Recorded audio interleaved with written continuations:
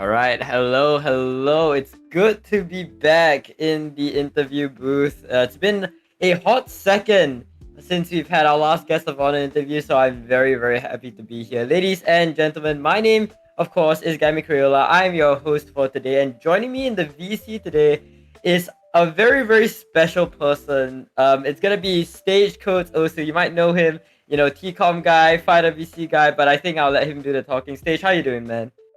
Yeah, I'm doing really well this morning. Thank you guys so much for having me. It's really cool to be here. And yeah, I'm looking very forward to this. Yeah. I guess brief introduction. I've run two 5-digit World Cup tournaments, and I also played in 5-digit World Cup before I started running it. And I also do a lot of software development in the community. So yeah. Yeah, thank you so much, Stage, for agreeing to be with us here today. I think definitely when I contacted you way early on into 6WC's development, I mean, you've always been one of my inspirations. So it's great to have this kind of conversation, at least for me personally, here today. But I think without further ado, let's not keep the viewers waiting. I think we can jump straight into it. All Yeah, right. sounds good. Sounds good. All right. Let's take some time, let's go all the way back to, before you joined TCOM, before everything.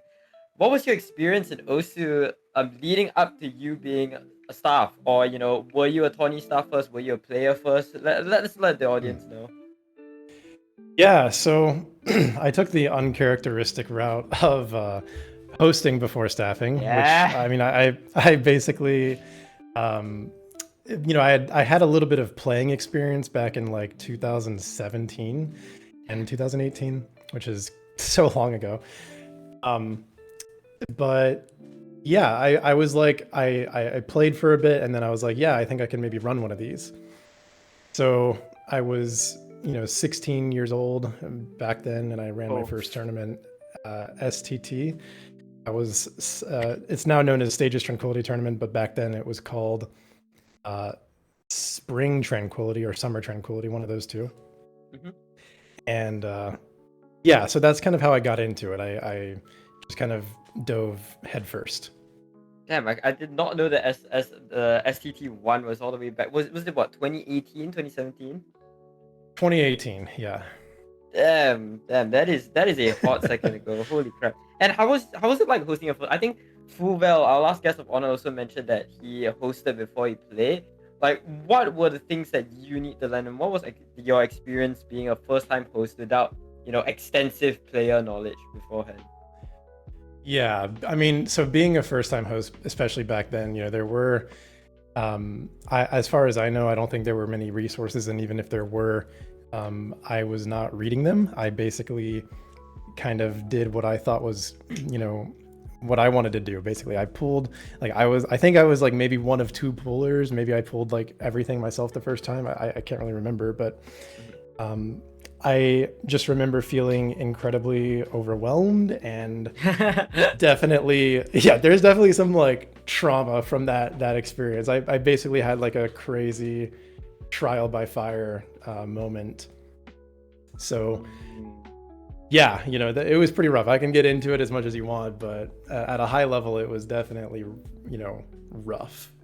Oh my day. Wait, were you solo hosting? Like, wait, for the record, this is a public tournament, right? STT1. Yeah, it was public, and it was rank restricted. I think it was like I can't remember exactly which rank range, but it was like 5-digit territory. Mm-hmm. And as far as I can remember, I was solo hosting, but I also had some people staffing. The first tournament, I didn't even have a staff list, so I can't remember exactly who was there. But like, if you go on the ref sheet, you can see some old names in there. Damn, that Yeah. is crazy. And like, with all like the sheeting and admin sheets, did you have to self learn and like the stream client? Did you self learn all of that Yeah, I did.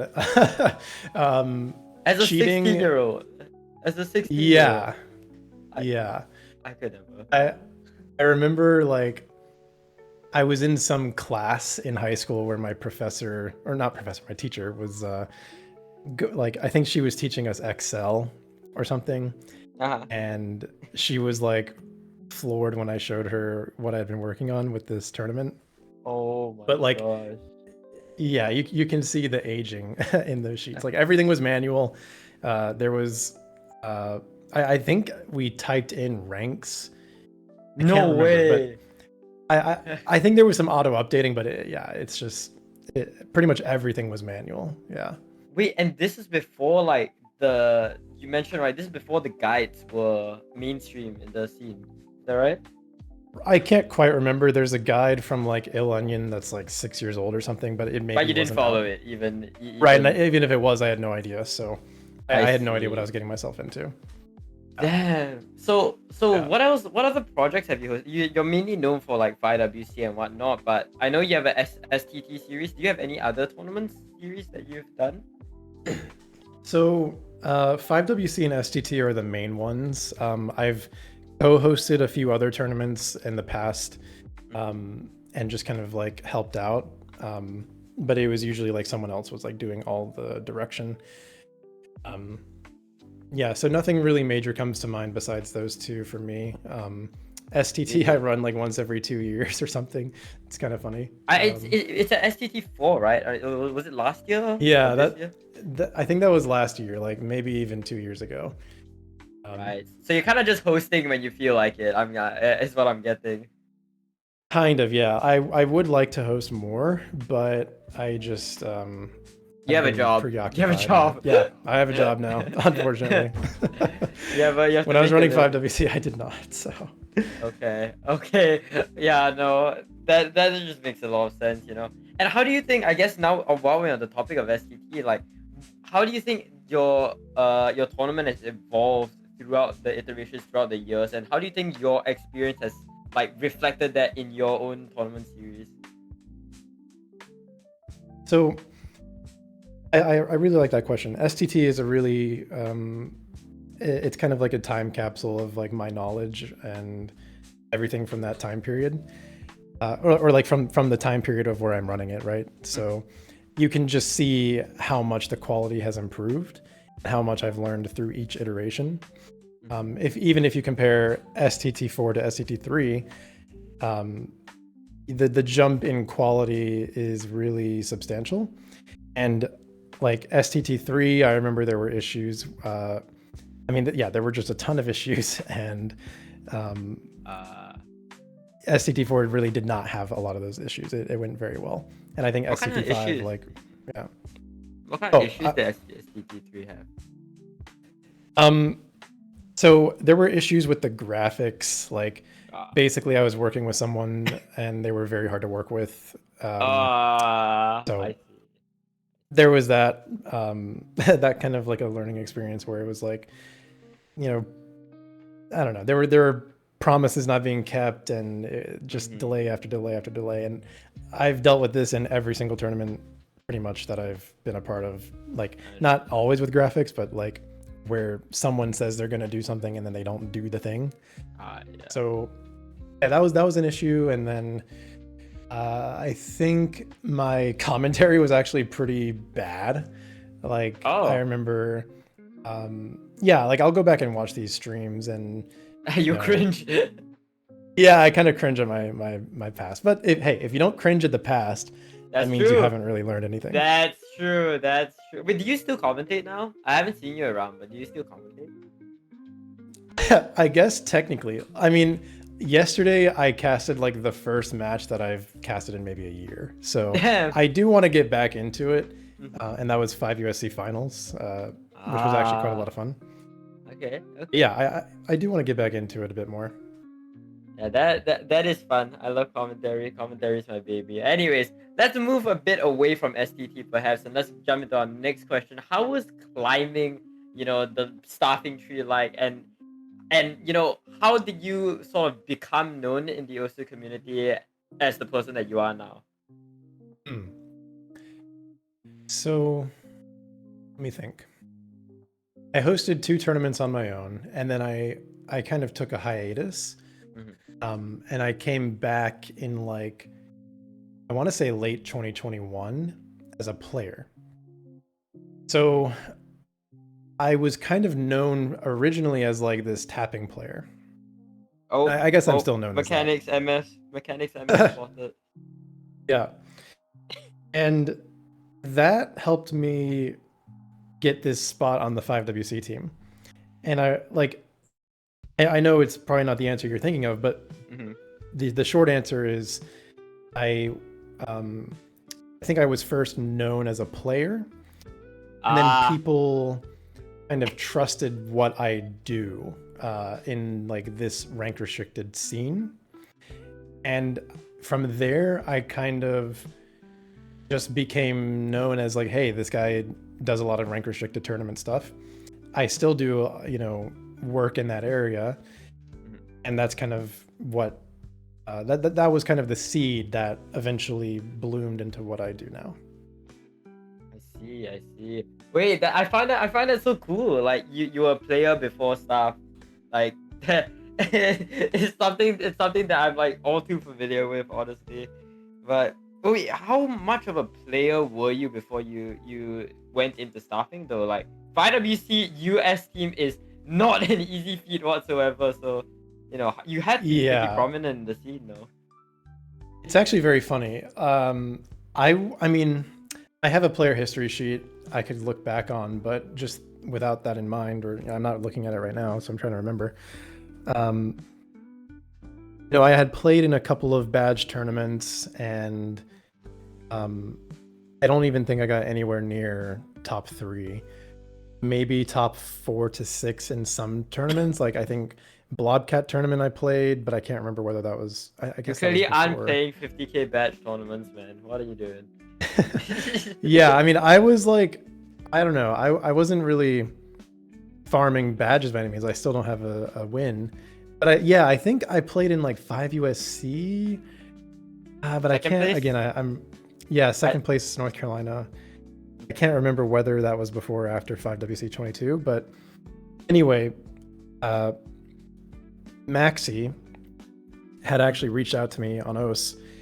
I had missed his message. He basically wanted, like, it was this tryout copy paste message, trying to get people to try out. oh.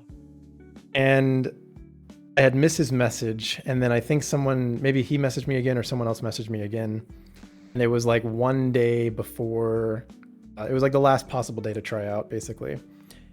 And I think I like sight read the first week of tryouts. Okay, And then bro. he Okay, was like, bro. yeah, Maxi was watching my stream and he was like, hey, dude, like, you got to try for the second week.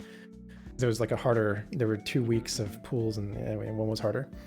Mhm. So I really did try on the second week and I got like one of the top scores for these DT maps. And then they were like, oh, wow, this guy actually can play tapping. So Wait, so yeah, was 5WC one of your first experiences in tournaments? it was not one of my first ones. I mean, I had played again, years before, so I was kind of familiar with how everything worked, but Mm-hmm. um, I But should when you got probably your honestly start? just pull up my sheet before I start just lying here. I have it right here. So Alright. yeah, I mean, I've played 19 tournaments total. 5WC was my 10th one. I had played Logical Mm. OS Cup for that, and we got, I want to say, yeah, we made it to like top 4, top 3. Mm-hmm. Yeah, I really didn't have that much experience, honestly. These are not big tournaments that I played in before. Mm-hmm. And I assume you got your like D-ranker title once you made it onto the roster and whatnot. Is that right to I say? don't know. I feel like look, if I have a D ranker title, so be it. But I Own it. I mean, basically, I had never even played that much. Uh, And I to be fair, I mostly play. I mean, at least back then, I definitely mostly played ranked maps. I just have a very hard time farming rank, so like I'm actually not a okay. very Too consistent true. player, so So it's true. hard. So true. I'm a D ranker by natural causes. Yep. We all love to embrace it. Honestly, embrace it. The ranking should be appreciated in the community. Anyways, um, so yeah, I mean, what from I think we already have another question that's about first hosting experience, so I think we can just shift past that. But I guess now is a good time to ask. How has the tournament shifted since you started hosting all the way till now? As a member of TCOM, you've probably seen a lot of changes as well. And you've hosted what 7 years ago? Has to have gone through a Yeah. lot of change. Yeah, so like you're asking like how the tournament scene has kind of evolved, right? Yeah. Yeah, so I think the first things that come to mind are harder map pools and higher like expected quality from the community. Mhm. There's also a lot of expectations about badge tournaments and unbadged tournaments. I mean, it used to be much harder to have a badge tournament, and now pretty much it's kind of hard not to have a badge tournament. So Oh man. Oh man. Oh man, how many badge tournaments have you hosted? Zero. yeah. I mean, if you're doing 6-digit stuff, like that's just kind of a Yeah, no, lost cause. flaw, I Lost guess. Like cause. you have Lost to cause. give a certain stage, but White flags. right. But yeah, the like the just the quality that goes into normal community events is really immense. Paid graphics are normalized, and there's kind of an expectation that hosts, not only are hosts basically volunteering a lot of their time, but they're also financially strained. Yeah, they're putting a lot of money into this stuff with no really return. So I think that's probably the biggest difference over time. And what are your thoughts? Like, is there anything you can comment about it? I think Polychromatic just released a doc from a GFX standpoint, right? Basically saying, with the increased level of quality, it's like a double-edged sword. On one hand, it's like good that people are more stringent on quality, but it's bad because at the end of the day, it's like people try to cut corners and whatnot. I mean, it's a very long doc, but I mean, what are your thoughts on it? So, I'm kind of the opinion that like, I mean, obviously hosts can do what they want, but I really would try to kind of subvert the expectation of everything has to be high quality or it's bad. I think a tournament can be really just perfectly fun without without these fancy graphics and stream overlays and custom stream overlays in a lot of cases. Even for me personally, it's kind of like a deterrent because like when I want to host something, I want it to be of a certain quality, but in order to achieve that, I have to dedicate too much time and too much energy or money or whatever it is. I think in some ways players could be missing out on some really fun events, because there are people out there who don't want to host something, because they don't have the resources and the time, or they're scared that they might look, like they're low quality and don't get registrations and stuff like that. Right. That I honestly like. If, what can you even say about that, right? I mean, it's just with the elevated quality and standard that the player base, or at least that OWC has set at this point. Like a lot of the times, a lot of the World Cups are like forced to sort of conform to this expectation of quality. At least from 6WC standpoint, there is a lot. I definitely like resonate with like the huge amount of commitment that goes into hosting such a big project. And yeah, and sometimes I just wish I can take a break. But Yeah. And like, I would like to comment on that OWC point, because OWC I think is actually not even like, yes, they do set the standard in a lot of ways, but at least in terms of production quality, they're using, as far as I know, correct me if I'm wrong, but they're still using the laser client. It may be customized a little bit, but it's nothing crazy. Like we see completely custom, basically websites that are being used as stream overlays in other like tri-badge tournaments. And that's kind of like I feel like the community is just raising the bar higher and higher every year. Yeah. I see. It's like I feel like a lot of what OWC makes, and for example, you brought up the stream client, right? A lot of what OWC makes and produces for their own tournament just becomes things that become very because OWC is like open source. OC is open source, so a lot of people take from it, and so at that point, I think a lot of people think, oh, okay, so this is just the standard, so I should go above this. And the thing is, right, like the client was made for OWC and it's a perfectly good client. And I think because it's so accessible to everybody, everybody just thinks that it's low quality. That's just kind of my opinion on it. But yeah. That is an interesting take, yeah. I guess let's move on to our next question. Mistakes. Oh, we love talking about mistakes.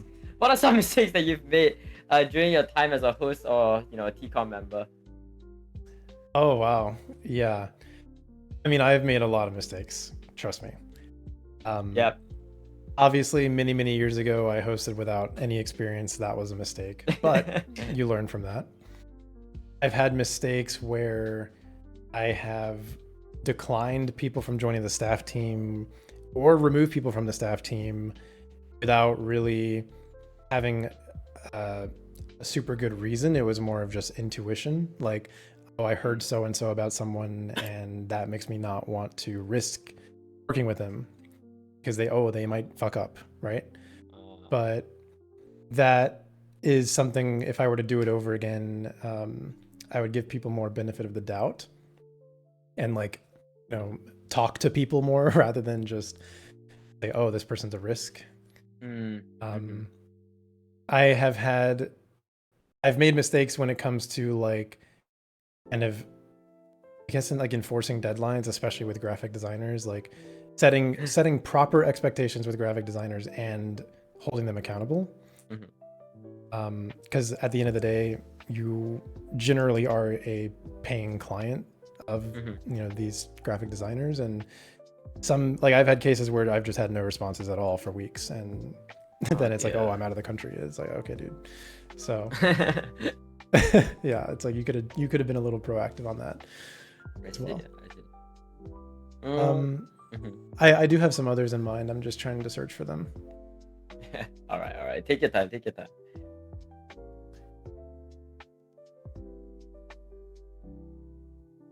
Oh, yes. Oh, you found it. So right.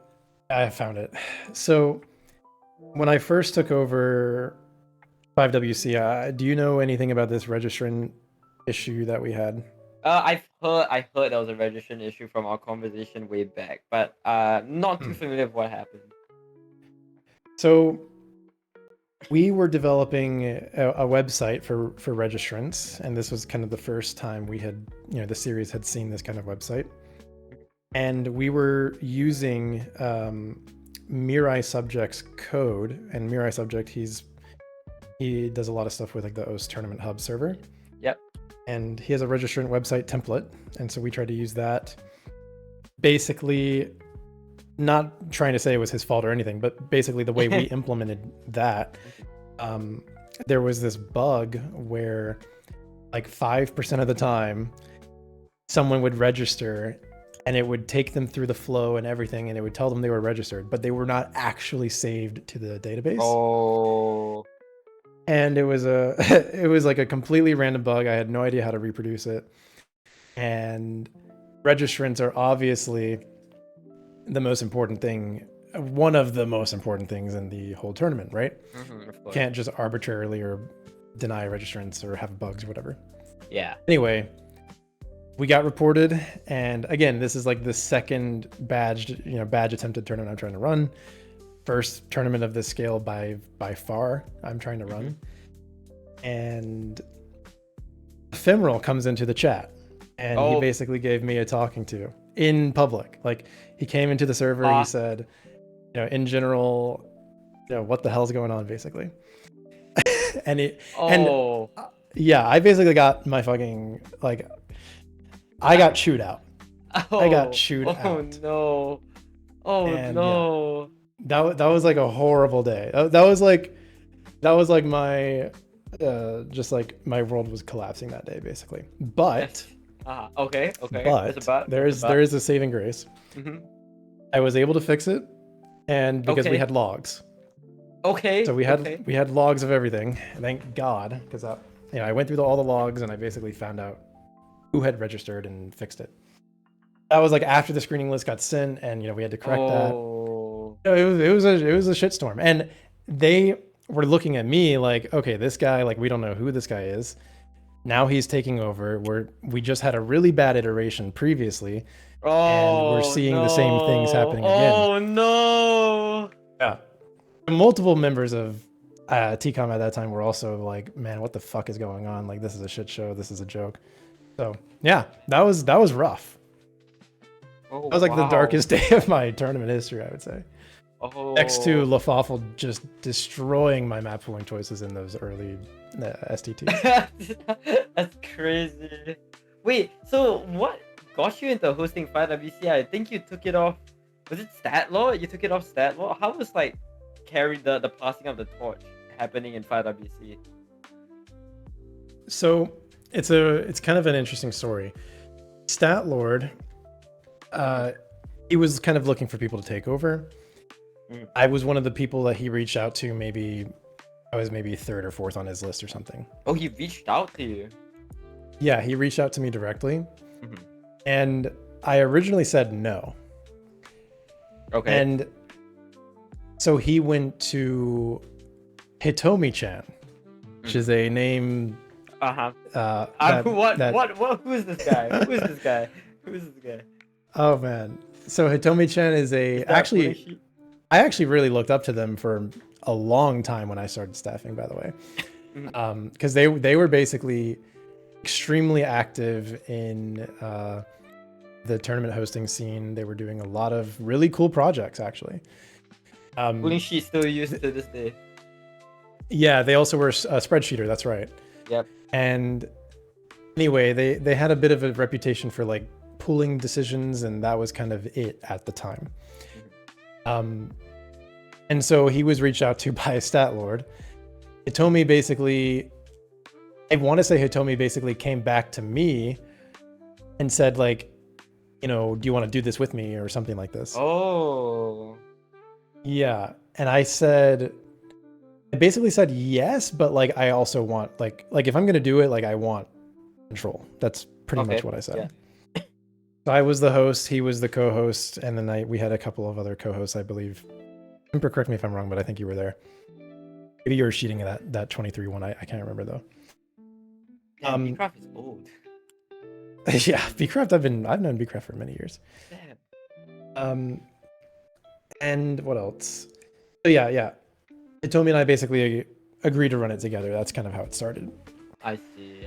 And wait, so what I'm getting is that Lord basically reached out to both of you individually, and then y'all were like, okay, let's just do it together. Yeah, like Hitomi basically, like, I don't know if he was convincing me or not. I can't remember, but like I basically came around to the idea after talking with Hitomi. And then what made you host for a second year in a row? I felt that there was still more work to be done. Oh. And I felt that we had achieved a lot in the first go of it, but like, I mean I think what we accomplished is basically like not a miracle, but like a really incredible feat. We basically turned a series that was like headed for permanent badge denial into something respectable. That's true. That's true. Yeah, and I just wanted to continue that. So the following year we increased, like we went from one custom song to like 4. Yeah. And we had a news post and really went all out on that. So it's sort of like, you had unfinished business with 2023, and like you went into 2024 with like the new knowledge that you had, and then you took another shot. Exactly. Would you say that you were successful? Would you say that you were happy with it, or is there still things that you want to do? I would say I am very happy with how 24 went, and I really don't think I would have done much differently. We I mean, we don't, as far as I can remember, we didn't really have any serious issues. Um, we had kind of this like website for the hosts, or sorry, for the country organizers to kind of organize their teams on. Maybe that was a little overkill. Mhm. Um, but yeah, like, I mean, we did the news post. The only thing that I guess slightly regret not doing was the finals and grand finals banners, which I think we would have gotten. I think we did get approval for. I just didn't do them. Wait, what Um, banner? like the Wait, main what menu was? banner. Like the click here to watch it live stuff. Yeah, yeah, yeah. Okay, okay, okay. But The yeah. reason why I didn't Mhm. do that is just because it was kind of too late when I Okay. realized we could do it, and it was just a lot of Oh, extra effort. oh, So crap! Wait! Just for like knowledge purposes, wait. When is the date? When is the date? How I mean, before must you do it, bro? you so you basically request approval far ahead in advance, Uh-huh. and I I'm pretty sure we did get approval for finals and grand finals. I could be wrong, but um, I'm pretty sure we did get that approval, but I just didn't Didn't have the act on it. graphics ready for it, and yeah, Ah. like you also have to have schedules locked in, and we didn't really have Oh. like rescheduling rules like that. So yeah. I see. Okay. So, I mean, would you say that how did you end up passing the torch on the was it Lumen was the 2025 one, right? After your tenure in 2024. Correct. So I basically made an announcement looking for new hosts, and Lumen was actually the only one to fill it out for the hosting side. We had a lot of Wait, responses what? for, yeah, we had a lot of responses for people looking to take over like admin work, but not like host it. Um, and yeah, Lumen was basically the single person who showed really a lot of interest in actually hosting it. And it took a lot of, not a lot of convincing, but it was really a heavy decision for him. So yeah, I mean, I'm really glad. 5WC is perhaps like the most difficult like non open rank tournament to start for. So like it makes a lot of sense. It makes a lot of sense. And for what it's worth, I think Yeah. Lumen did a damn good job. Did this 5WC. Yeah, they did. I think they did just fine. Yeah, I think they were great. I'm actually a bit interested. What was your hosting or your admin team structure like in 5WC? Hmm. So I was in a position of where I was kind of like, I was doing most of like the delegating of work and kind of just making sure deadlines were getting met, making sure everything was kind of good to go. But as far as the admins go, I had one admin dedicated to sheeting and potentially reffing Temper. That was probably you. It's a little fuzzy. I had Rob, who was dedicated to streaming. I had Lupa, who was really just kind of like helping out with like I mean, I don't want to say like HR, but he was like he was really good at communicating with people, and he was also doing a lot of map pulling work. So he and Taikani were in charge of like pooling as far as I can remember. And I think Taikani was also doing the custom map organization. And then like I was also managing the custom songs. So I was working with the artist and providing feedback on the songs. Are you a music And person? yeah, Are you a music person? I guess so. Yeah, I would say so. What instrument? What instrument, dude? What instrument, bro? Say again? What instrument? What instrument? Oh, like do I play music? I mean, Yeah, I do you don't. play? Sorry, no. I don't play Oh, any instruments myself. I lucky. But you're like the Yeah. song QA guy. Yeah. I was song QA. Yeah, I was Okay. working I was working with all these artists on pretty much everything. So and Sidosis and I were working pretty closely for a long time, especially on 11 Vortex. Oh, I love that. The storyboard for that map as well. The video for that map is still one of the coolest reveals I've ever seen. I saw it like 2 years True. after the fact. It was so cool. It was so That cool. was actually really special. Fun fact about that. Uh-huh, uh-huh. The the artist of the background and the person who made the font for the Malevolent Vortex text, he is someone who I met probably 10 years ago, I want to say. Like, Damn. I mean, like at the very start of my OS career, so maybe 9 years ago. Yeah, I mean, that's Shadoni, and he used to go by like Taos Visual. So Wow. So wait, how did you super guys cool end up guy. like working with each other on this years later? Yeah, I mean, I basically reached out, and he remembered me, and he, like, I actually just knew him for his artwork. Oh yeah, because he made me stream overlays back then. Oh my good. Wait, Yeah, like Twitch stream overlays? yeah, he had made some like Wow. custom overlays for me before, and God, I hope I still have them somewhere, but they were really, really cool. I know I have like old VODs that use them. But yeah, that's That, what he used to do, and that's how I kind of met him. wait, Oh, that is he so remembered me. Yeah. that is so cool. Wait, do you have like any other like cool facts about either Malevolent Vortex or the other one in 2024? I don't remember, but like, do you have any like special experiences working on big reviews or whatnot that you're interested in sharing about? I'm sure you have a few. Oh, big reveals. I mean, I can't really think of many major Mhm. big reveals like that, but like I guess some kind of interesting knowledge about these works is like Sidosis, he had reached out to me first, and um Oh, it was kind of just like, I think it was the first custom one, maybe one of the very first customs he made for tournaments. And and now he's a featured artist. yeah, I mean, we've worked, actually, the 5WC, to featured artist pipeline is kind of insane. Naiko, I think, is also now a Yeah, featured artist. Naiko, I was about to say, yeah.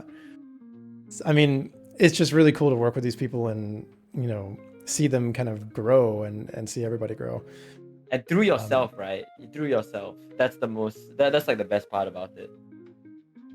it's definitely a very unique feeling. I don't want to obviously take credit for what they're doing. Mhm. They are making the name for themselves. They are, you know, advertising themselves, getting themselves out there. Mhm. And I just think it's very cool, though, to, you know, I don't know, just to kind of be there for that. Yeah. No, I totally get that. Yeah. But yeah, I think we can move sort of away from 5WC and move it into your, evolution as a staff. Forgive me if I'm wrong. Did you join TCOM like after 2024? So I joined in May of 2024. Right. And you know, how's the application process like? Or what went in your head Hmm. when you wanted to sign up for TCOM, especially given the lashing that you had in 2023? Well, I had made amends with some people about the lashing, and that was all good. Mm-hmm. So I think okay. Not many people know this, but I did apply 2 times Oh. to TCOM. The first, and most people never apply twice. Um, the first time I got rejected because they were like, kind of like, who is this guy? Based And as then hell. yeah, that was after the first 5WC, I want to say, or maybe that was like as the first 5WC was happening. Mhm. And the second time I applied, I let me think. This was I want to say in December, or like, right around the time that 5WC was kind of kicking off. So early in the year of 2024, maybe at the end of 2023, I believe. Okay. And basically they waited to see how 5WC turned out before making a decision. And Oh. yeah, and there was someone who was actually kind of closely following 5WC, who I also had been talking to a little bit, but I didn't really know, like, they were kind of like Stalking. eyeing me, if you will. Mhm. And um, anyway, they basically were kind of vouching for my work, Mhm. and that definitely helped. Mhm. So do you have any other questions specifically about like the application process or anything? I But that's mean, just kind of how it went. I mean, like, what do you apply for? I mean, I've never done Mm. TCOM apps, so what was it like, especially applying twice? Or how did that go? Um, so I basically just wrote an email, and funnily, the first time I wrote an email, it was like, "Hello, I am happy to help out if you guys need help. Thanks." That was Damn! my first. Aura! At hi That, TCOM, I'm happy to help. yeah, that was my first email, and that, by the way, pro tip: do not do that. That will not get you anywhere, ever. No matter who you are, that will not get you anywhere. The second email I wrote was like an actual application where I was trying to sell myself. I had also mentioned post tournament rating, but that actually did not really help my application at all because that kind of misses the point of TCOM. But so Wait, I mentioned tournament that. rating, that's your like recent project, right? That's the one that just Correct. recently took. Ah, okay.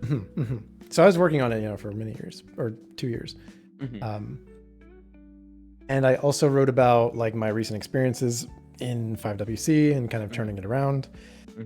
So yeah, I was really trying to sell myself, and they, I had kind of missed some points about like the application, but they were like, yeah, this guy is like good enough. We can just like, have a conversation with him about like what TCOM is actually about, and get that straight. But they saw a lot of value in my. There was no open application. Like, you kind of just like put yourself out there and Right. I mean, shoot your shot. right. Like applications have always been open, but it was just like you have to email us. There's no form. Yeah. So you do have to shoot your shot. I see. Well, it's different now, right? Yeah. Because I'm pretty sure we had our first ever open or like big TCOM application where Henry and was it Henry and Note KJK joined? It was that wave. Henry, Nope KJK, Polytetral. There were several others as well.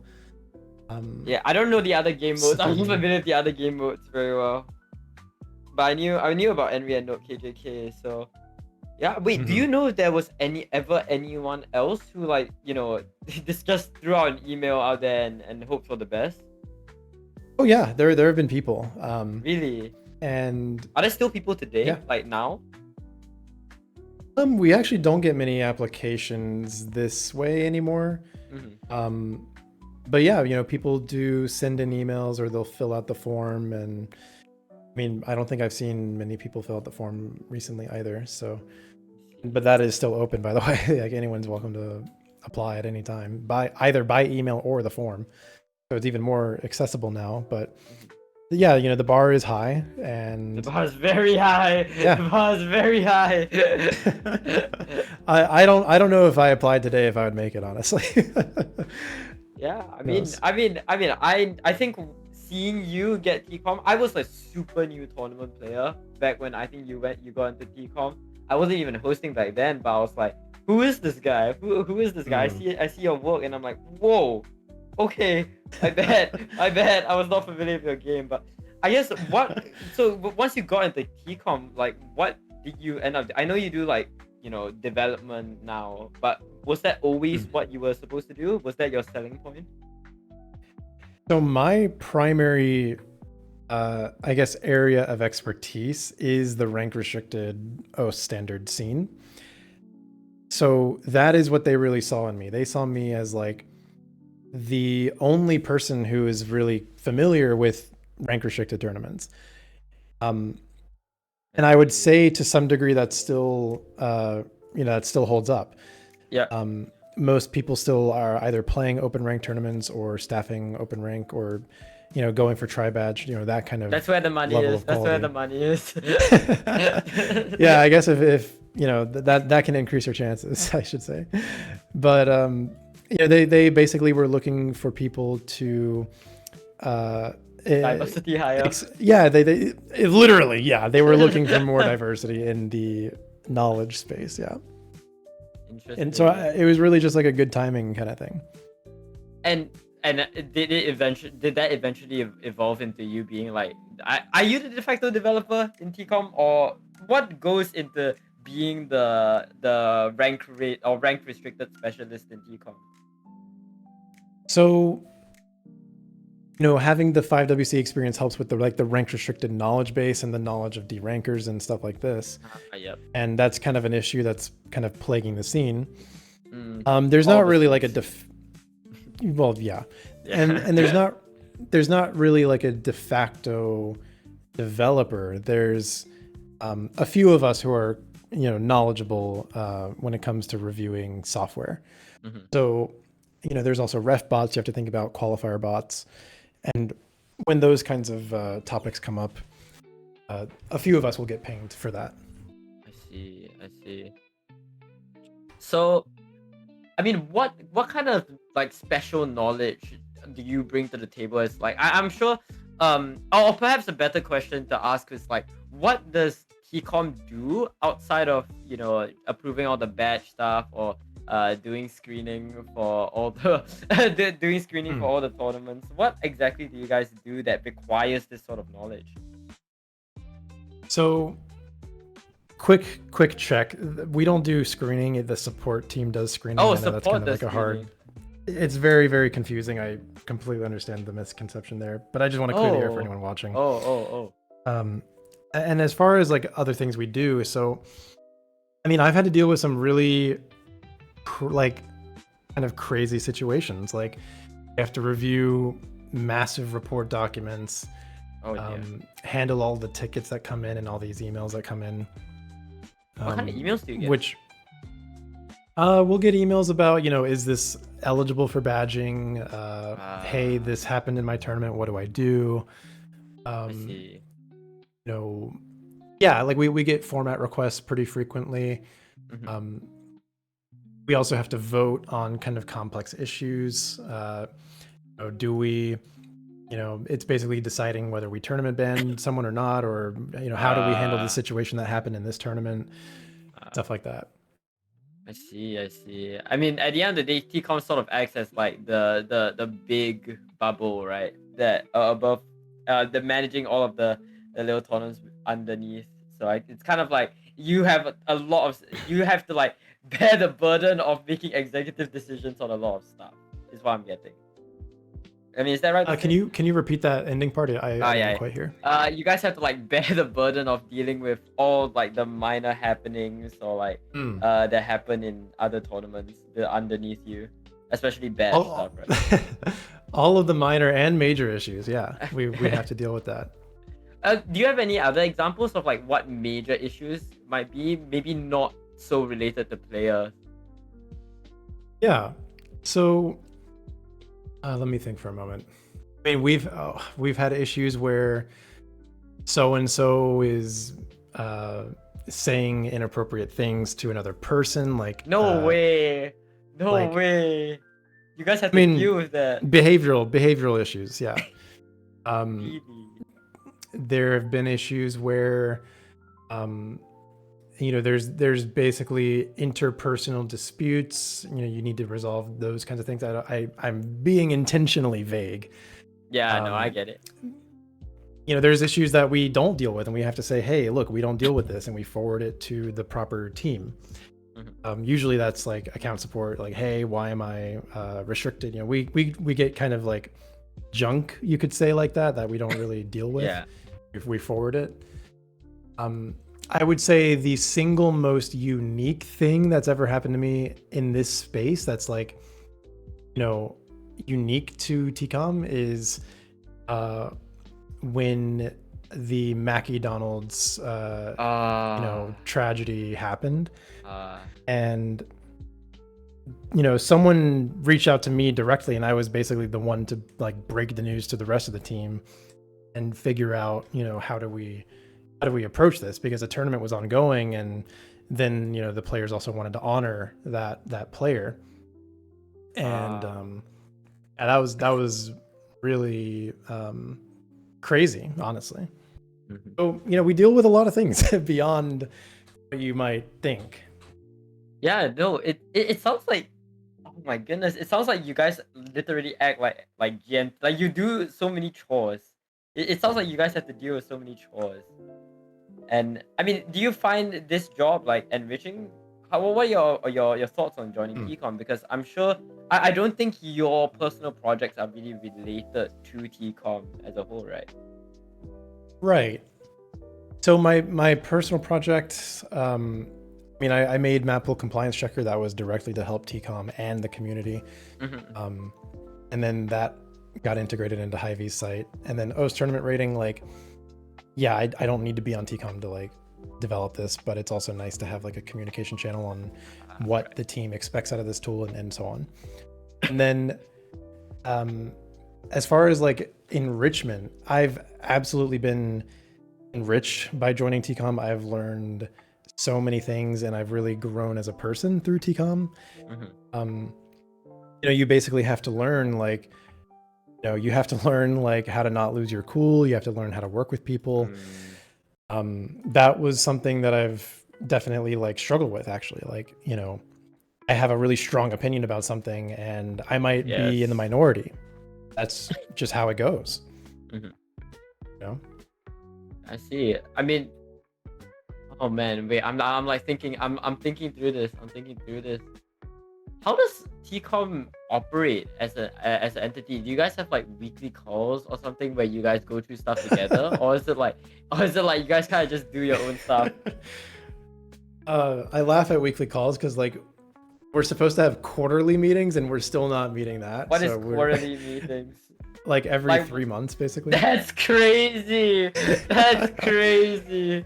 Oh, And that's yeah, really silly. we have one set up I think for next weekend or very, very soon, but Mhm, it's like the first one in like 6 months or something. So we're a little behind, but mhm, the way it's set up, basically, so there's, you know, we're all basically treated as equals. That's kind of the first premise. yeah. Everyone has an equal voice, and from the moment you are added to the team, you are trusted with, you know, your opinion, and you're not really like expected to earn tenure before your voice actually matters. So Uh, right from the get-go, new opinions are super, super appreciated. Um, so I guess, are you asking about like our workflow, or do you have any other specific questions about that before I yeah. don't want No. to I mean, do feel free something to you're not talk looking about for? your workflow. Feel free to talk about the workflow. Okay, yeah. So like basically how it's set up is like um you uh so every tournament that is looking for badge support will have two random people assigned to it to review. Mhm, If anything goes crazy wrong, those two people say, "Hey, okay, I think we should open a vote for this." And then a vote is opened, and typically like 75% of the total number of TCOM members need to submit a vote before it can finish. mhm, That way we have like a group consensus on any given issue. mhm, Um, when it comes to correspondence, I guess, with users, you know, we can basically, of course, see the incoming message content of emails and tickets. So we can also draft responses, and then we can basically say, hey, support team, do you guys think this looks good to send? And then if they do, they send it off. uh, So we've gotten pretty good at that workflow where we know kind of how to draft emails, and then we can get those sent off by the people with the right permissions rather than mhm, waiting for like two people to write all these emails. So we do that. The same thing is true for ticket responses, except we can send those responses directly. We don't have to go through support for that. So mhm. if you have an issue, go through the website, please. You will get a response faster, I promise. Um, yeah, so we will draft ticket responses and Mhm. comment on tickets, open votes on things, pretty much everything related Wait. to that. So do you guys have like like specializations in TCOM? Currently, no. I mean, let me rephrase. We know the expertise of each member, if that makes Mhm, sense. mhm, mhm, So for example, we know, oh, these people are better at mania. You know, they have more knowledge on the mania scene, so we might refer or defer to them on certain issues. mhm, You know, if people, I mean, we had a community meeting where the topic of like using bots for seating and like rating systems and stuff like this, like skill issue. That was brought up in a community meeting, and then the people in that call were like, hey, I think Stage is the right person to answer this. So that's kind of how we kind of work, I guess. And then we also all have like broad tournament experience to bring to the table. So right. we have no official delegations of duty at this time. We all kind of do the same things. That's actually a topic I want to talk about in our next meeting, is like whether we should start considering this, because turnaround times are still kind of slow and we still have some issues to work through. So maybe like, hey, maybe 3 people are the designated people to like just send emails and talk to the community. Like maybe we can get responses out faster. We're still experimenting is kind of what I'm trying to say. I see. And how is it like working with like people from other game mode? Do you guys have like are you guys separate from the other game mode sections of DCOM? No, we all work very closely together. Really? Oh yeah, I mean, honestly, like it doesn't even how do I say it? Like it doesn't feel like there's any divide at all. It's kind of like we're all just one group of people who are very familiar with OS tournaments. So yeah, we work with them all the time. So when it comes to like say deciding on whether something gets unbatched or not, like is it a decision also made that other members of TCOM like not related to the game mode can also make? Oh yeah, I mean, so again, we basically like the reason why we don't have a game mode thing on the user group badge. Like if you look at a BN, it'll say BN for OS, BN for OS Couch. Yeah.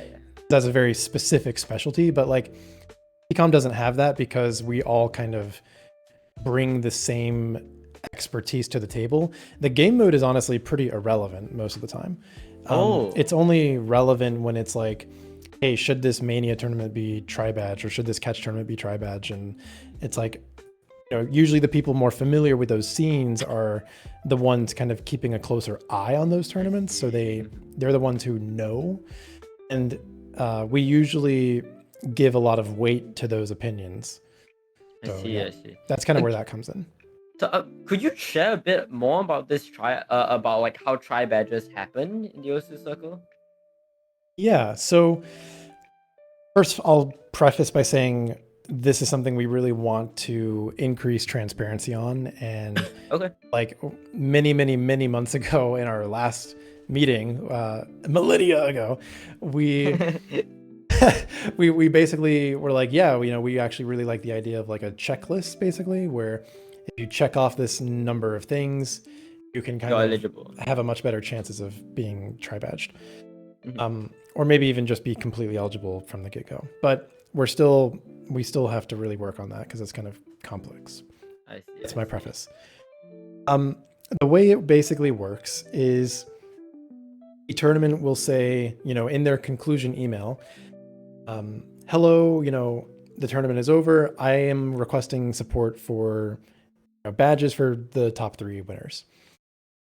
And once that comes in, we basically have a conversation and a vote on this. And basically we look for all of the points in favor and all the points against, and we kind of vote based on that. Those points usually are, I mean, the number one thing we go by internally is like, if it's not obvious it should be tri-badged, it probably shouldn't be. That's kind of the motto. Okay. That's obviously subject to change depending on how we want to move the framework going forward, like as far as transparency goes. But right now it's like, you need to have like top tier quality in basically every area. And you also have to receive a very high number of endorsements from voters. So it's a really, really high bar. Yeah, no, I think it's good that it's a really high bar. I think tri-badge is like, having a tri-badge is like the pinnacle of hosting in general. You've made it, and I think it's a very far goal, I guess, for people to work to. But I guess while we're on the topic of BWS, I mean, as a member of TCOM, do you see, perhaps the badge system having different purposes? Because, okay, I guess it's easier for me to explain. Like, currently, badged, you mentioned, right, it's used as a way to measure, like, TCOM's approval of the tournament. But over the years, it's gotten a lot easier to badge tournaments. Do you see a future where, we move away from hosting a badge tournament being an indication of a host talent in badged? And I mean, you can elaborate more on like the player side of things as well. That's very interesting. That's actually something I haven't really thought about. However, recently, and I mean very recently, we have basically moved towards not denying badges, because basically it's seen as like a player reward and not like, I mean, let me think about how to phrase this, right? Yeah, take it back. So we basically introduced hosting bans as a way to kind of punish the bad actor rather than the player. And usually the bad actor is like the host. Okay. So if a host makes some major mistakes, Yep. they will, be issued a hosting ban more likely than not. Mhm. And that just basically means you cannot be a host or admin, but you can still staff. Like you can be a ref, you can do whatever else. And that and then we still instate the badge. So the badge is now more of a, in my opinion, it's more of a player reward rather than an insignia of, this tournament like went flawlessly. Yeah. I would say if your badge is denied nowadays, that's a pretty big issue. That's usually like a direct competitive integrity violation. And yeah, so the bar has shifted, and I really don't know what the answer is to, what makes, what can a host show off that makes them, like, oh, you don't really have like a insignia anymore that says, oh, you did something special. Like the badge is kind of like very easy nowadays. So I would say my answer to that is like community perception, and how does the community view you personally? What is your personal brand essentially? Do people trust you? That's kind of the hallmark there. Yeah, no, I think that makes a lot of sense. Is there like any forgive, this is sort of a personal question, but do you see BWS evolving anytime soon? Right now I think 50k is now badgeable, or has been getting badged a lot more often. Do you think that at some point it will start evolving to make it more rank range restricted, or whatnot? So short answer is no. BWS is kind of like a band-aid as far as like gating skill in these restricted tournaments. So, or rank restricted tournaments. Personal answer is, I'm developing OS tournament rating. You can go to the website otr.sage.xyz to check it out. Go. Basically, it is a system that gauges the rating of each player, and the idea is that one day you will be able to have a rating restricted tournament, probably in combination with rank or BWS or however else. And with the end goal being you can more accurately you can basically get the D rankers out of your tournaments. You can have a more fair playing field. There is no way there will be anybody complaining about this. There is no way, guys. There are people out there who don't like it, but that's okay. And there will always be people who don't love the system. Yeah, of course. But I mean, inherently, rank is already a flawed system, and right. Where one 6WC screening is 6WC deranker situation is always crazier every single year. So, we'll see how it goes. What do you? I mean, now that you mentioned, I'm actually pretty curious. How do you think like 5WC and 6WC or 4WC or all the big WCs will get affected if your TR idea were to go out? Or do you think it'd be a separate metric? Ultimately, it's up to the hosts who want to use the system, right? Yeah. So, if they decide they want certain people, not certain people, but like certain skills out of the tournament, or certain people of a certain skill level out of the tournament, I should say, then they would be able to do so in kind of like an objective manner. But again, yeah, it's ultimately up to them. Like, as far as I know, 4WC doesn't use BWS at all, right? So, Oh, or at really? least I they did not know haven't. that. I did not know that. I'm pretty sure 4WC just doesn't use BWS, but and that's presented challenges for them in some ways. Like, some players don't like that, but and Players will 3WC, not I'm like pretty sure doesn't use a it lot either. of things. Yeah, no. Yeah. That's it. So I mean, it's up to whoever wants to use it, really, at the end of the day. Okay. Sorry for grilling you on BWS. Like, BWS is as a non-badge player, I should not be caring this much about BWS. But yeah. I guess now let's move on to a bit more of a step back from your entire career. What do you say is your biggest project or achievement during your time as, a member of the Tawny community? What is my biggest achievement? He's looking at his list, bro. He's looking at his list. It's No, too no, no, no, long. no. It's too long. I hope it will be OTR. That is kind of what I want to leave behind. That's kind of what I want my like legacy to be, if that makes sense. But currently, I would say I think running 5WC and turning it around was really impactful. And I think I've also made a lot of really small contributions that kind of add up to just, contributing in a meaningful way. Like, I've made a lot of really small contributions from the side of ecom, and that has really given me a lot of fulfillment. I've provided a lot of advice to people who have kind of looked to me for advice, and I also just love being able to talk about this kind of stuff, just like having a chill conversation and sharing kind of what I know. And I also really try to, I guess, just be there for people in a way that maybe I didn't really have when I first entered the scene. And yeah, like, I think my biggest contribution is just kind of helping the scene as a whole in this way. It's Kind of like about the all small things that add cumulative. up to like a big sense of gratification, fulfillment for Exactly. the Like, community. exactly. And, I would say that also extends to staff as well. Like, Temper, working with Temper, he, according to his staff sheet, STT3 is the first tournament he staffed. And then I basically am watching him do stuff for COE and other big projects. And it's very, very fulfilling, I guess, to just have these connections like that go back so far, and I can watch people evolve or whatever. That's really and sweet. Surpass me even, which is even more fulfilling.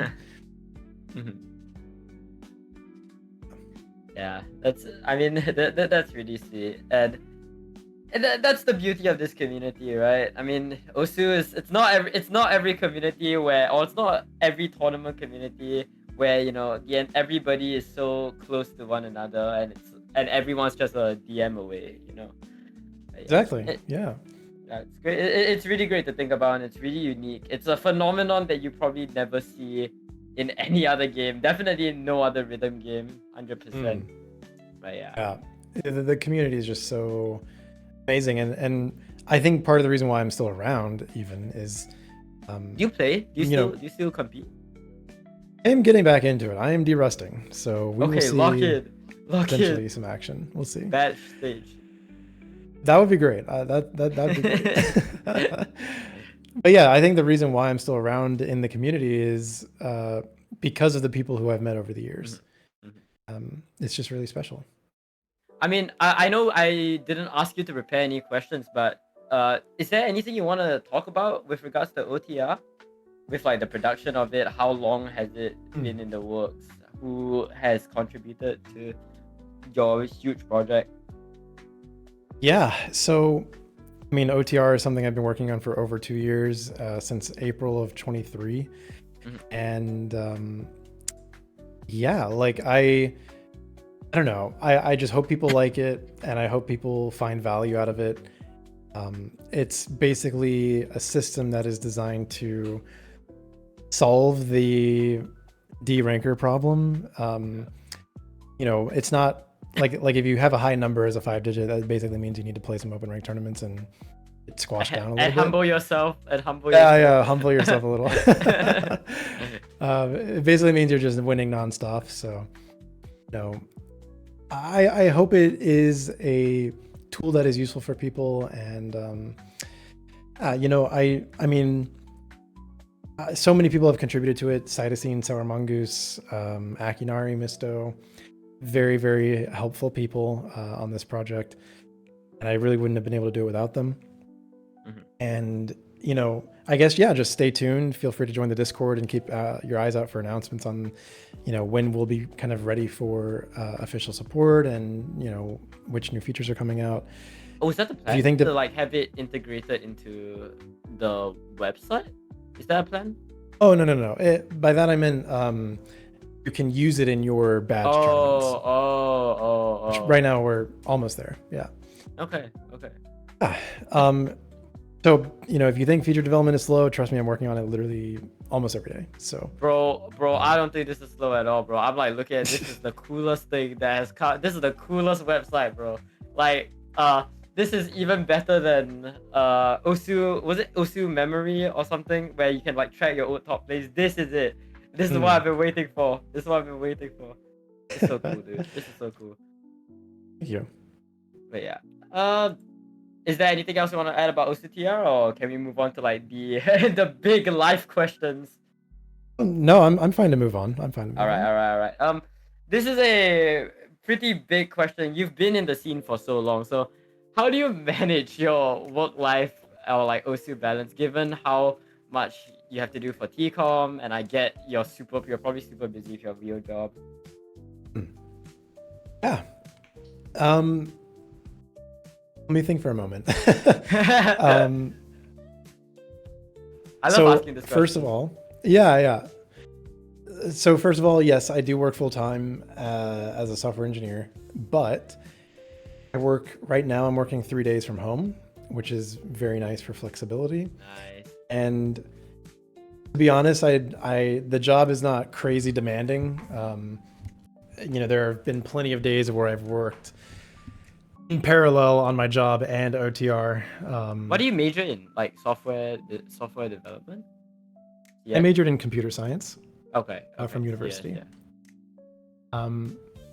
So, while I was in school, I still I don't know, I've always been really good at kind of somehow juggling these things, like multiple things at a time. Mm-hmm. And,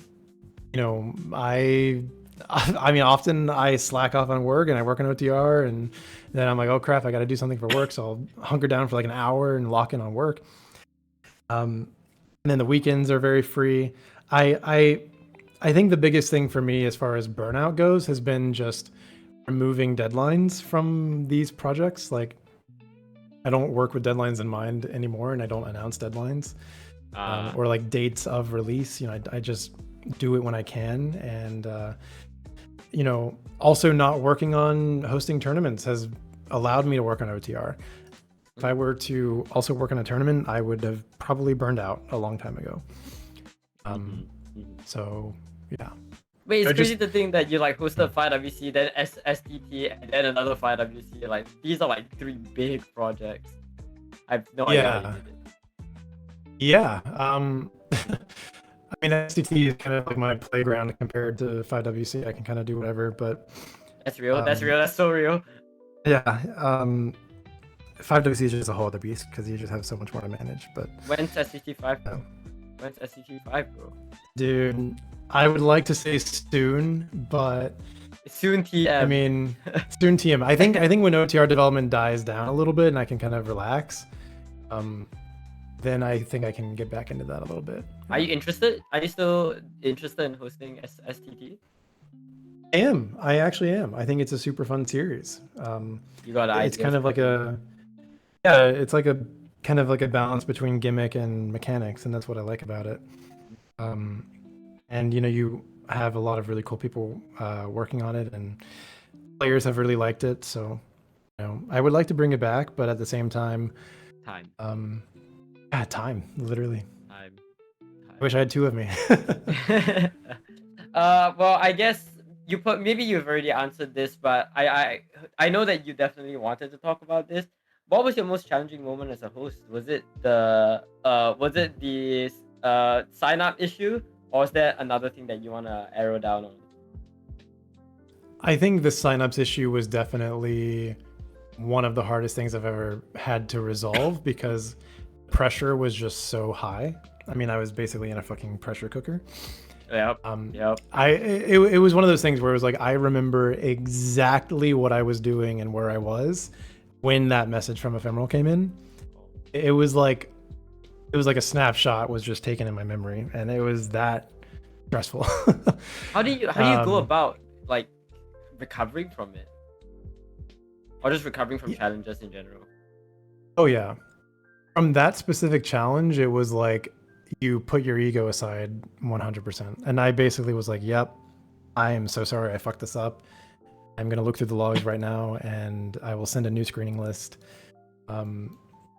Really sorry about this. And again, I thought I had done everything right because I announced this. I knew of the issue and I pinged people, like I pinged in the announcement channel multiple times. This is happening. Please check your name on the sheet and sign up again. Like if you just registered again on the site, it would work. And I thought I had done everything right, but it still wasn't really good enough. So, yeah, as a host, I guess you just really have to go above and beyond to kind of resolve these things. And some other issues I encountered, like I think my number one takeaway from hosting is like, as a host, you really cannot be entitled. And this specific example. So when I was first running this tournament, this SCT back in like 2018, I was making these map pools just of songs that I liked, and they were kind of incoherent. They were playable pools, but they wouldn't pass modern standards by any means. I get it. Yep. And Lafafel was ripping me a new one. He was fucking chewing me out. And I was in the mindset of, man, I'm volunteering, I'm putting in all these hours to do all this work, and here I am, this guy is just fucking shitting on me for it, basically. I was very hurt, honestly. I was very hurt by kind of what he said, but also like this kind of collapsing of my expectations. I was hosting as kind of a way to, escape some shitty things going on in my life. Okay. And hosting was kind of like my way of, it was kind of like an escape for me. And then just to have it kind of be shit on in a way, like, you think of any map pool feedback channel ever. Like, what the fuck, man? Like, what the fuck, man?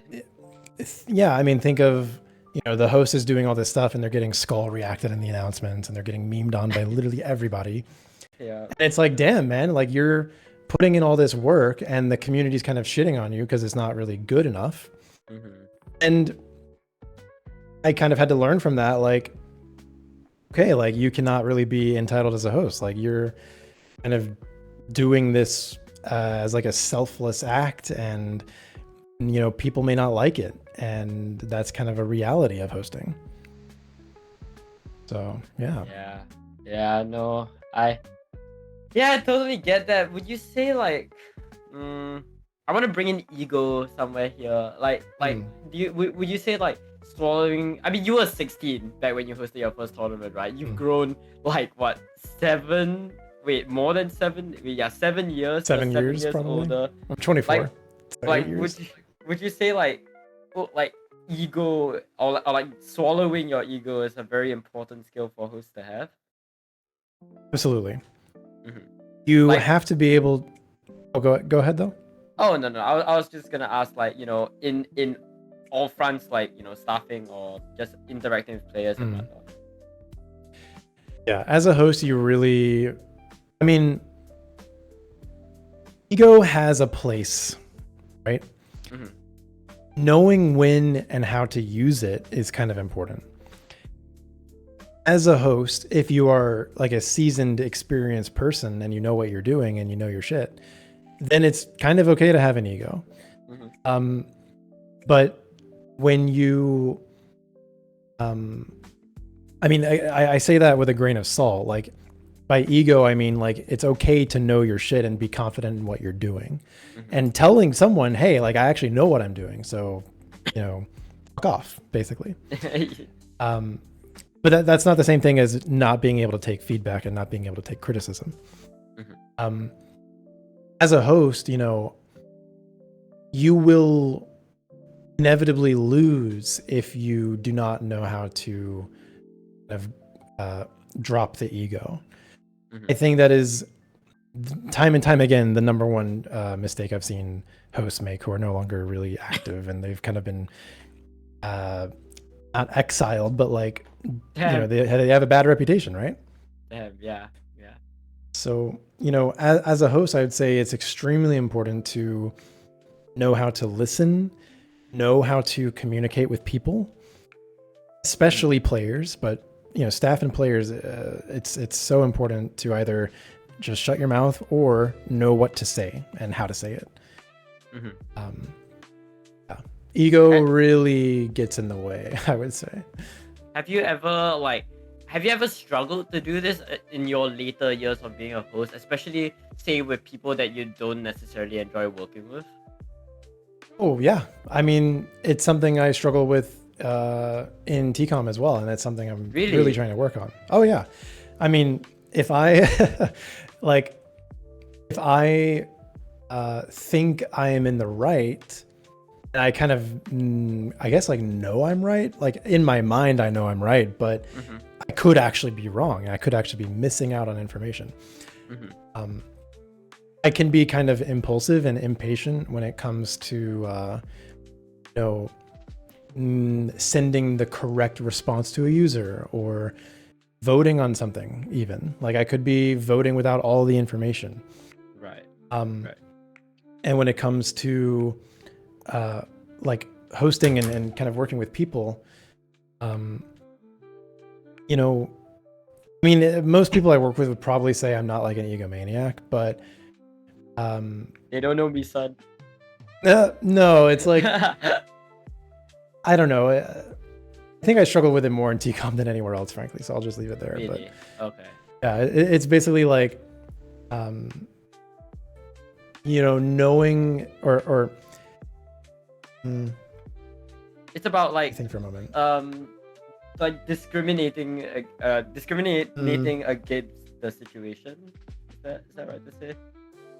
no, it's like being humble enough to recognize that the um the things that other people say and the experiences other people have really are valuable and worth waiting for. Mhm. Um, that's the really important thing. Like I've had situations where I've had my draft reviewed by one person, and then I thought that was good enough. It's like no, you Mhm. actually need a couple of more opinions on this because you're speaking on behalf of like 17 or 18 people or however many Mm. people. Mm. Mm. So yeah, it's really like a test of my patience, honestly, and that's probably the thing I've struggled with the most is just being patient, Mhm. and also recognizing that it's all just kind of out of love for the game. It's also kind of like business. Like we're not, you know, um, It's not uh, real. Outside of TCOM, we're best mm, show. We're best friends. kind of, yeah. Well, it's like, don't take things so seriously and don't take things so uh, personally, I guess. Mhm. Like, you know, you get rejected from something or your idea gets rejected, it's just all out of what is best for the game, and that's okay. Mhm. And I guess, how would you advise people to get around this? Maybe in perspective of say a host. Like with the ego thing, or what Yeah. specifically? I mean, how would you suggest hosts go about, learning to bite the bullet? And I'm sure you Oh yeah. understand that like there are a lot of situations where like your emotions take over, and it's very hard to Mm, think rationally in that situation. yeah. My half-truth answer is therapy and meditation. Let's go, chat. Hot tea. Just take a moment. No. Um, unironically, therapy is great. Meditation is great. I wish I meditated more, but that can really help control your emotions and like get yourself in like in check and kind of aligned with I don't want to say like your inner self, but like Damn, basically that's the deep. non-emotionally driven self, like uh the smart part of your brain rather than the primal part of your brain. Mhm. Um Do you have and experience going to therapy about oh yeah, like I've been in therapy for years, yeah. wait, like what how do you bring this to your therapist? That therapist like, hey, I got a tournament, like how do you seek advice from Yeah. your therapist? I basically uh tell her everything that's going on, and she obviously has a lot more context to work with, right? So she knows about all my past stuff, and um can then say, hey, I'm like actually really struggling with my ego. Like I'm saying things that I don't want to say, and I'm reacting in ways I don't want to react. Mm, And yeah, that's kind of how I bring it up to her. But I see. I want to say like the most important thing there is awareness of your own Right, behavior. right. That is crucial. If you're not aware of what's going on, you can never fix it. Mhm. Um, and when just like when you feel this rush of emotions kind of taking over, and you want to like keyboard warrior and you want to defend yourself and all this, Mhm. it's so important to disconnect and take a moment offline, walk away, come back to it, go for a walk or something if you have to, um, before responding. You can journal, you can write it on paper, but don't send it online until you're not in this like emotionally charged state. Mm, I get it. I get it. I get it. Yeah. I think Ludexia mentioned it in chat, but like I'm asking so much because I think this is as a person that's only a single year older than you were 7 years ago. I think like there have Hmm. been a lot of times where I think I mean I'm sure a lot of other hosts have faced it before, but like sometimes you can let it get to your head, and sometimes you read something that pisses you off, and GG, yeah, GG, Oh and that yeah, looks oh really yeah. bad, and that looks really bad, especially when you're in the Pro, position of like World Cup and whatnot. pro tip: Yeah. never say I'm not reading feedback in the map pool feedback room. That's No. like Well, suicide. well, to be fair, the one reading in that full feedback is my 26 year by 10 year my co-host, which is 10 years older than me. Thanks, Mirage Fire. Thank you, Mirage Fire. But yeah, Unless thank you. you like, Mhm. unless you're just base, then go for it. But You're like, I will I'm do a that D1 right rage now. bait. I will not read if any people more think you are feedback. serious, that's where it's a problem. You got it all here from real life. I will not read any feedbacks anymore. Oh, chat, you heard it. DT3s are gonna be overtuned for the entire tournament, and there's Anyway, nothing you sorry for can do about disrupting. Go ahead. it. Nah, don't worry, don't worry. Oh my goodness. And I guess while we are on the topic, what would you say are a few important values or traits to have for any new host or any experienced host now? Mm. Oh wow. Um, I think patience is really important.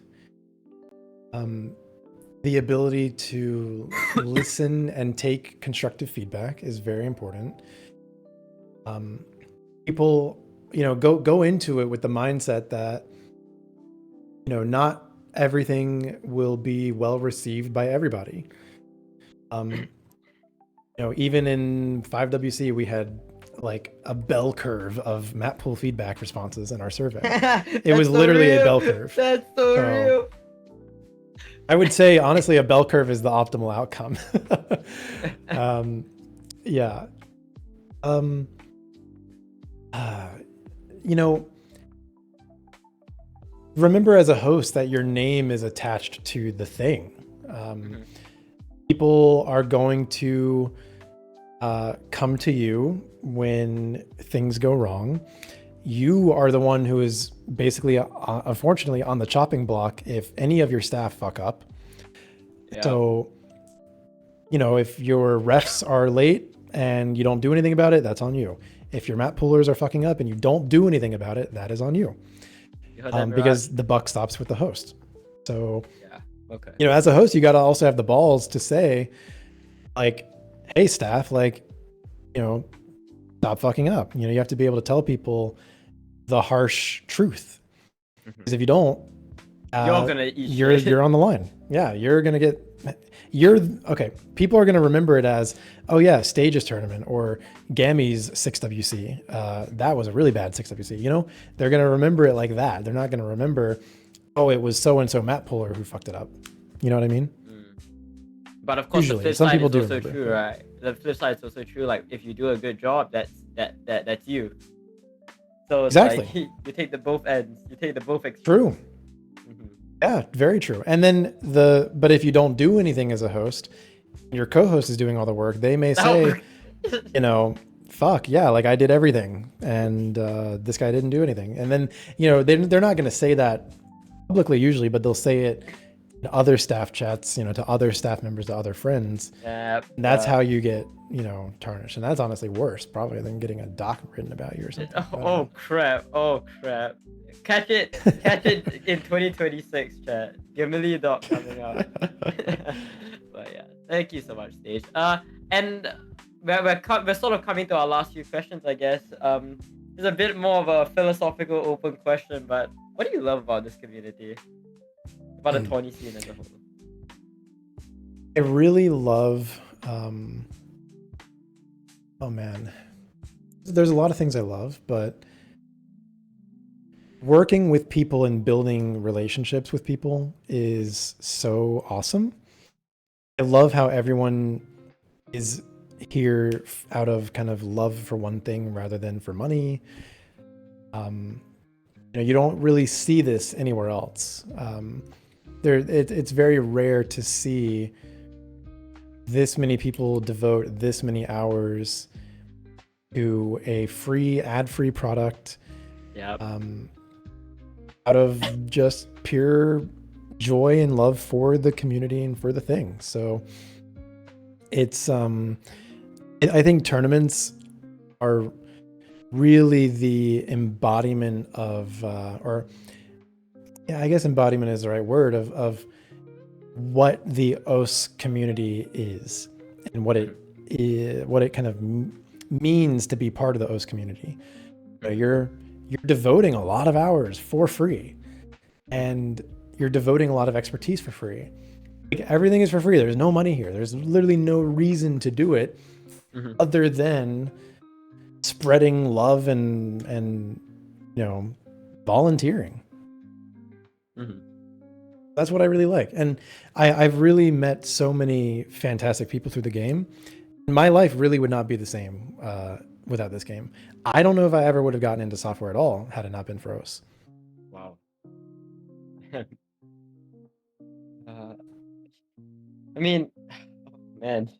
Do you see a future with how you mentioned at the very beginning of the stream, right? Like, the Tawny scene has bigger and bigger expectations every single year.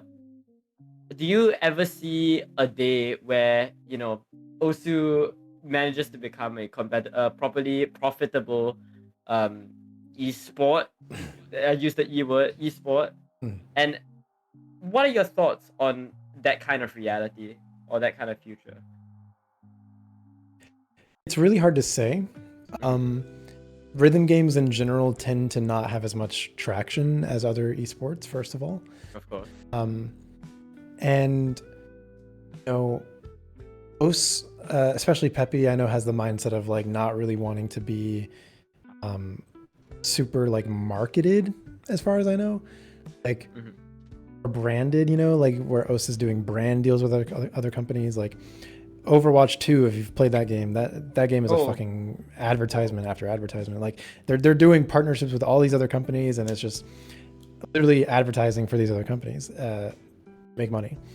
And it's like this is just so unique in that way where we, there is no, like post featuring some anime like collaboration. There's nothing really like that going yeah. on. And I mean, I think this past COE was a really cool example of what it could be like to see OS turn into an esport. Like, you have this live audience, you have this participation, but I don't know. I mean, I would not be surprised if, it just remains like official and community tournaments, and that's kind of it. Mhm. Maybe there are official lands one day. I don't know. Mhm. It could be interesting. But we'll have to wait and see, I guess. I heard COE. Yeah. I hope COE 1v1 has some pretty big dreams. I think they're going. Are they going for try batch? I think they said they were going. Someone said they were going for try batch. I'm not sure. I don't think I've Yeah. seen any You were at correspondence COE, yet. right? You were I at was. COE. I was. Oh man, I want to show out COE so bad. But wait, wasn't this year the last year or something? I don't remember. Not that I know of. I think it's still happening next year. I bet in 6 years I'll be there. Trust me. Anyways, yeah. Yeah, I think we've come to the end of my big list of questions, and I think this has been the longest interview stream that I've done. I'm so sorry for keeping you so long. You're like a big inspiration to me, so I it's okay. clearly have a lot of things that I want to ask you, and I'm sure there are still some things at the back of my mind that I haven't been able to ask you. So yeah, I mean, Yeah. do you have anything you like to add? I mean, anything you want to tell the players, anything you want to tell the 6-digit scene, or any shout outs that you have for the special people in your career? Yeah. Well, firstly, I want to say thank you for having me on, and it was really, really nice to have this conversation with you and answer these questions. I just appreciate you taking the time, and yeah, I think, it's very surreal to kind of be in a position where I'm someone's inspiration because I'm usually the one looking up to other people. I feel like. No way, no way, Yeah, bro. I mean, it's very, very cool, and so thank you for sharing that with me. And my time in OS has just been really, really great, and I'm just so thankful to all the people I've worked with over the years, and especially Temper. He's like my right hand man. I don't think I'd run anything without him. Love that man.